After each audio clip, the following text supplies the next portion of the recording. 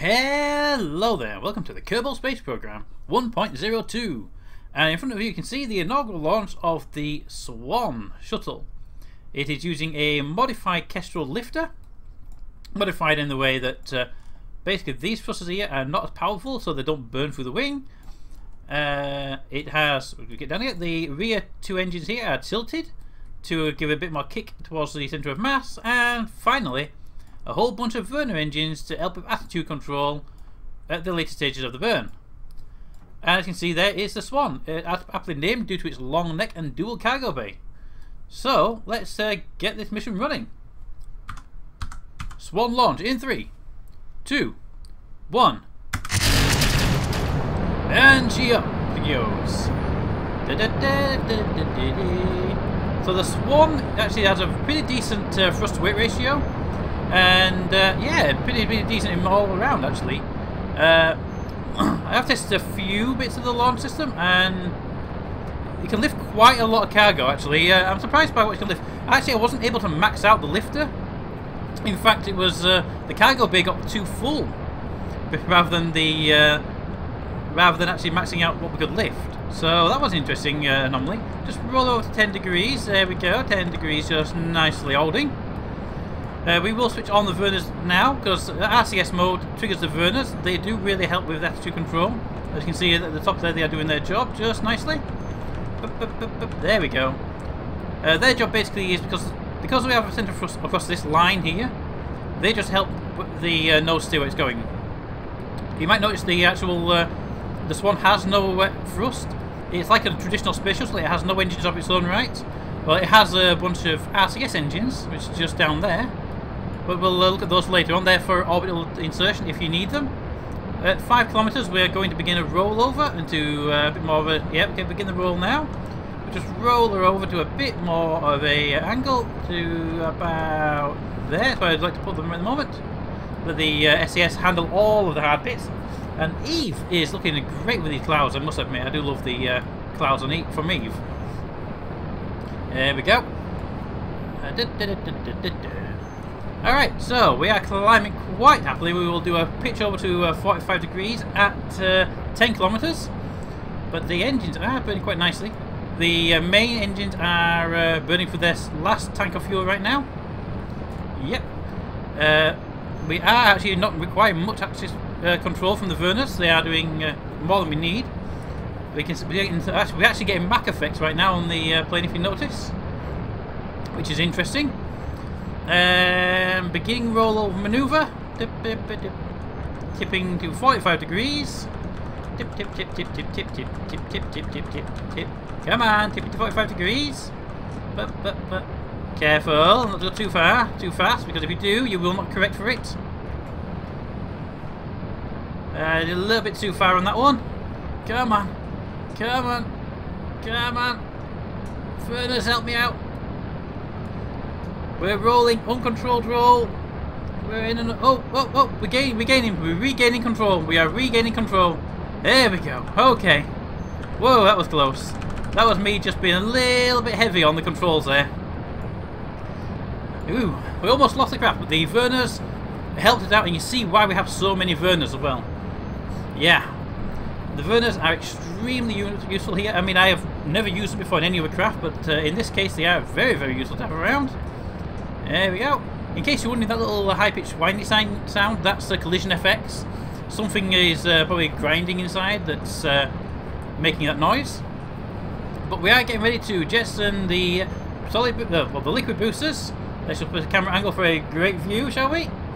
And jettisoning them in 3, 2, 1. Miles off. By the way, nicely pink colouring to it. Deploy, deploy, deploy. There they go. Falling away from the craft. And we are now on main section. We are on just the main section, which is where those angled thrusters are actually great. They come into their own right now because, well, all the thrust would have been through there. We would have flipped out. As you can see, the burners are actually countering this side. So we are doing it quite unusual, actually, on that one. These burners tend to fire off quite a lot at this point, where the craft wants to flip that way. Normally, this craft actually wants to flip that way. because of the central thrust is pushed back here. So yeah, I mean they'll use more or less depending on what cargo you got in here. We have a test cargo at the moment. We are taking this up. We're going to maintain at 45 degrees. No, wrong way. 45 degrees. I was just off 45. Let's take it back to 45. 45. Okay, we'll hold 45 for now until we get up to 80. I do like to go to an 80-kilometer orbit. Let the SES do all the hard work for us, because that's always the best option. Up we go. We are slightly up. I'm not going to correct that right now. We're heading for a straight up 80-kilometer orbit using the main engine. We don't use any of the shuttle's engine, and to my last tests, the shuttle itself, it doesn't need to enter orbit by itself. It can actually be pushed into orbit by this. But if these are actually drained off fuel, because you can see we're not even down to that tank yet. If this actually gets drained entirely of fuel, we can push ourselves into orbit using our RCS engines. There are 4 of them on the rear of the shuttle, of the Swan. We are now approaching 70-kilometer apoaps. Okay, 70 kilometers. 76, come on, we're going to stop the thrust at 81. Boop. Engines off, main engine cut, and there we go. So we're just going to tell the craft to hold prograde. They'll increase our efficiency. Well, they make a nice pattern, don't they? With all of them firing at once. There we go. So we are now holding prograde. We will just time warp up all the way to 80. 70, 60. So yeah, the Swan itself is it's a nice little craft, and the booster, I mean, we've got loads of fuel left in the booster. We haven't even touched that tank there yet. So it's just a modified Kestrel Heavy, in case you were wondering. I did say it earlier, but I wasn't sure if you could listen. Yeah, so this is a modified Kestrel Heavy. Just time warp down. We go back to normal time warp. There we go. It's much easier on the CPU. And okay, we're at 80. So let's take this craft up, throttle her up. Throttle up slowly so the SES can handle it. And full throttle. There we go. We're going to have stability assist mode. And we keep an eye on the time to apoaps. Let's just point us slightly into the space. There we go. About 10 degrees is usually about good enough for these engines. Let's just bring it up a bit more. Let's go 20 degrees. There, we'll do just fine. Keep an eye on the time to apoaps and apoaps height. We are falling, so we're going to keep an eye on that. Come on. Periaps height is decreasing. Quite rapidly too. Here we go, come on, come on. 100. And when we get up to 80 and 80 if we can, it's not always possible. Right, we've got just slowly thrust now, we're up to positives. And there we go. 80 and 79. I am happy with that. Let's go prograde. Let's switch camera to a useful camera. There we go. The Swan is in orbit. Let's just double check for everybody's ease. There we go. The Swan is in orbit. We have 79 and 80. Well, now we're in orbit, we don't really need... Let's turn them off. We don't really need to maintain a... well, the booster. So let's separate. RCS, let's back her off. Let's just activate those engines. Let's move ourselves forward. There we go. And we are clear of the booster. Well, while we're here, let's switch over to the booster and let's take it home. Point the booster retrograde. Booster retrograde. Thank you. Engine is on. You cannot thrust the booster to full power. It will flip itself out due to its center of thrust. But as you can see, our periaps is now done. And we are in the Swan now. There goes the booster. Goodbye, booster. You've been useful. Let's just roll her over. Rolling. Rolling, rolling, rolling. There we go. And we're in orbit and we're happy. Look at the Swan. Isn't she beautiful? Okay, so let's go F2 and open the cargo bay doors. And deploy the solar panels. Just to make sure we maintain our power. And you can see we were carrying our test payloads. So our test payload number 1 is this little guy here. So let's just decouple that. and switch into... Yes, there are. God, you people. Switch to... And. Thank you. Right, okay, we have now got control of the test payload. RCS is on, so if we fire... Wrong payload. Can we focus on that one? Is it... It redocked. Did it redock? It did, it redocked. Of course it redocked. Why wouldn't it? Okay, so we should now be in the test payload. Let's RCS on. Number 1 to reactivate the burners. 2 to reactivate the burners. We docked again, didn't we? No, okay. Are these ports active? They are, okay. So, back us off. Get it out of here. Okay. That's always an option. Let's do it this way. There we go. And we're free. There goes probe number 1. Goodbye. Let's just switch over to probe number 2, which is the one in here. Boop. Decouple that. Switch over to that one. Good. And we'll do the same maneuver just for convenience. There we go. Push ourselves out. Come on. Here we go. There we go. And now we are free. Our little science ion probe here. Let's just trigger number 1. Get all the panels up and running. There she goes. Little science probe there. Got goo container, science junior, and all the bits. Let's just take a look. Look at that. Alright. Activating all ion drive engines. Pointing prograde. And let's fire those engines. There she goes. Goodbye! It's got great acceleration. Woo! I mean, look, what is the acceleration like on this thing? Yeah, she's got some really good acceleration on her. That's a beautiful screenshot of our clustered science engines. She can go... I mean, she's got one full ion Xeon tank there. So she can go pretty much anywhere she wants. Okay, so back to this one. The job is complete. So, let's tuck away those cargo bays. Number 9 in case you're wondering. There we go. And let's find a nice landing spot. So, I have yet to land this on the runway properly. The runway is there, so let's try it. 83 to 79. Okay, we're going to try deorbiting about here. Boop. Boop. Okay, around we go.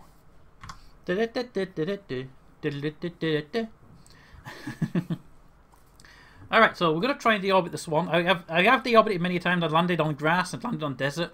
I have yet to land on the runway because I can always time the descent wrong. Spin that up. So let's see if we can do it right this time. So very first thing we do, switch over to the Swan. And let's point to retrograde. I really don't like the way she goes retrograde with the SAS mode. But let's point that way. Let's just... Can we correct the angle? I don't like the angle. There we go.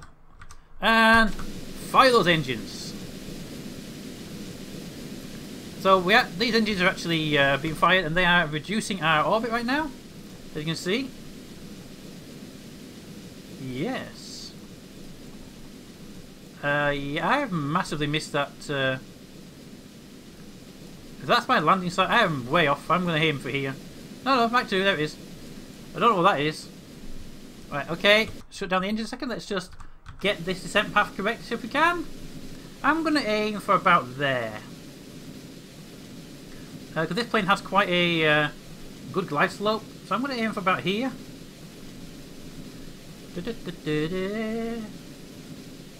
Oh, I've tried there and ended up here.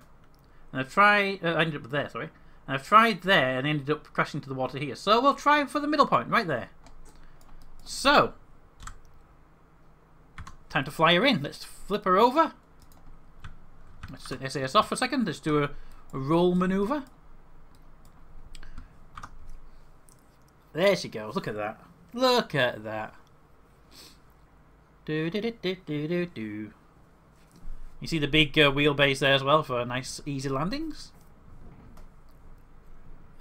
canards at the front for control and easy takeoff if needed. This plane can take off if you attach jet engines to the back. Just a little warning there. SAS on. Wrong button. Okay, so actually pacing forward as well. Good. Alright, so let's time warp down into the atmosphere. So we have 2 solar panels on the tail. That's something we have to watch out for. They will break off, obviously. Let's just hold ourselves at that attitude for a moment. And our battery power, we have loads of battery power, so I'm just going to retract those solar panels. Here we go. Thank you. So the solar panels, and there are solar panels there, and if I just quickly, while we're descending, there are solar panels also on the back inside, and on the front inside there. Can't point them out, but they're there.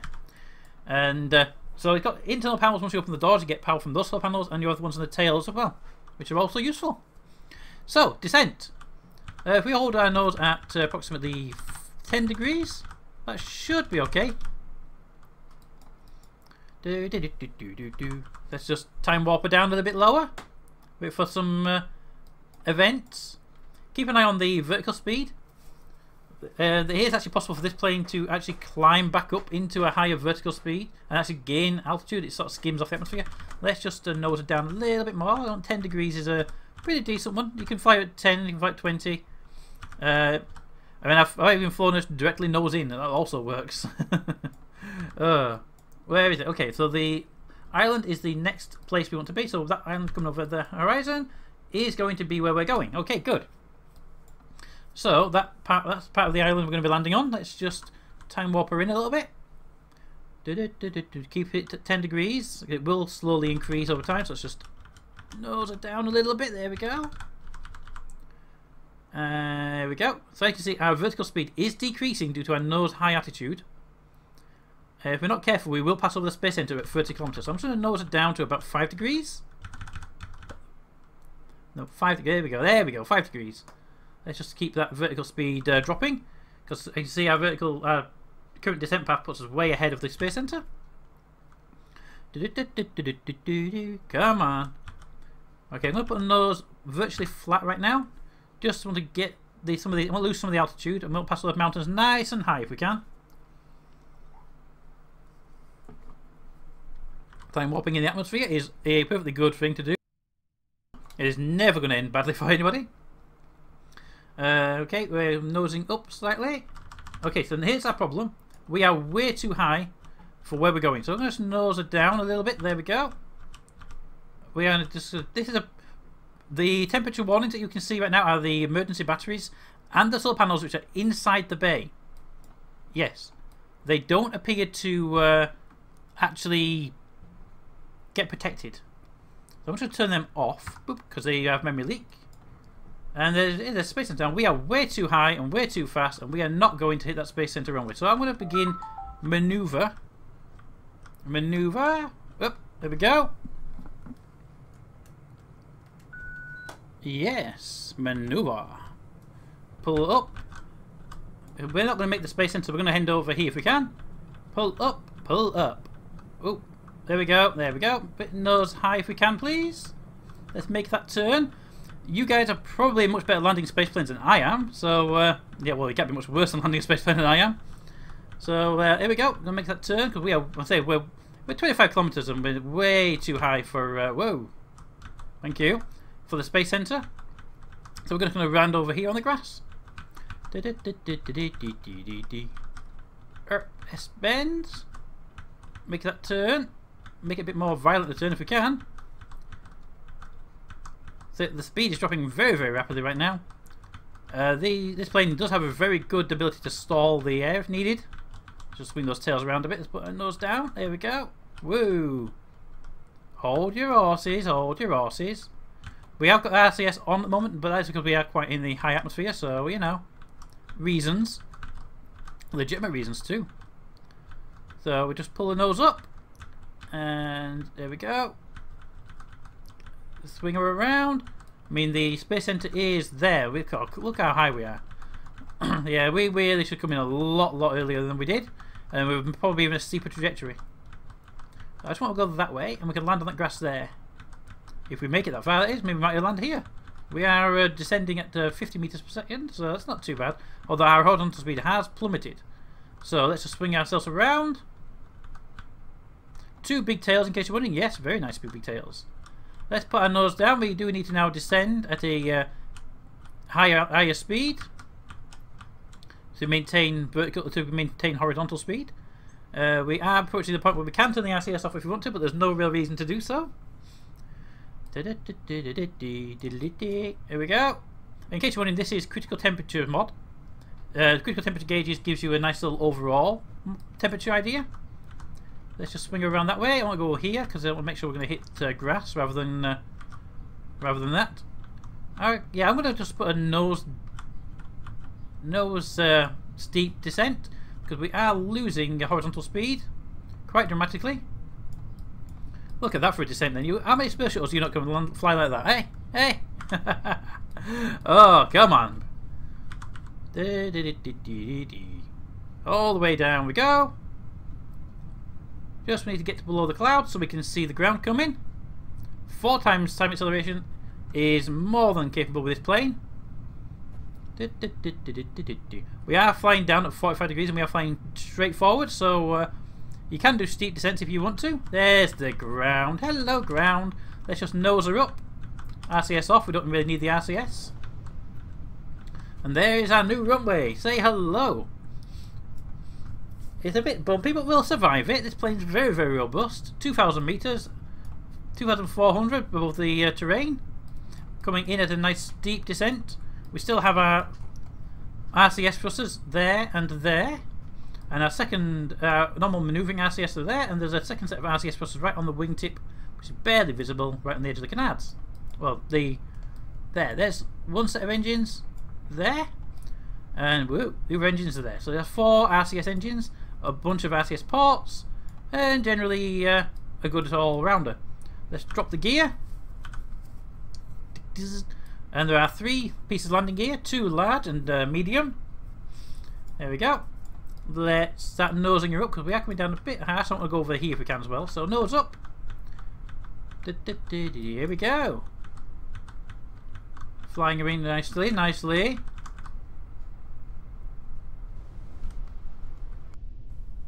Okay, looking good, looking good. Let's keep whoa. Okay. Let's keep it going, keep going. Alright, that looks like a good place to land. It's a nice little dip on there just to the right. Come on, get a bit more to the right.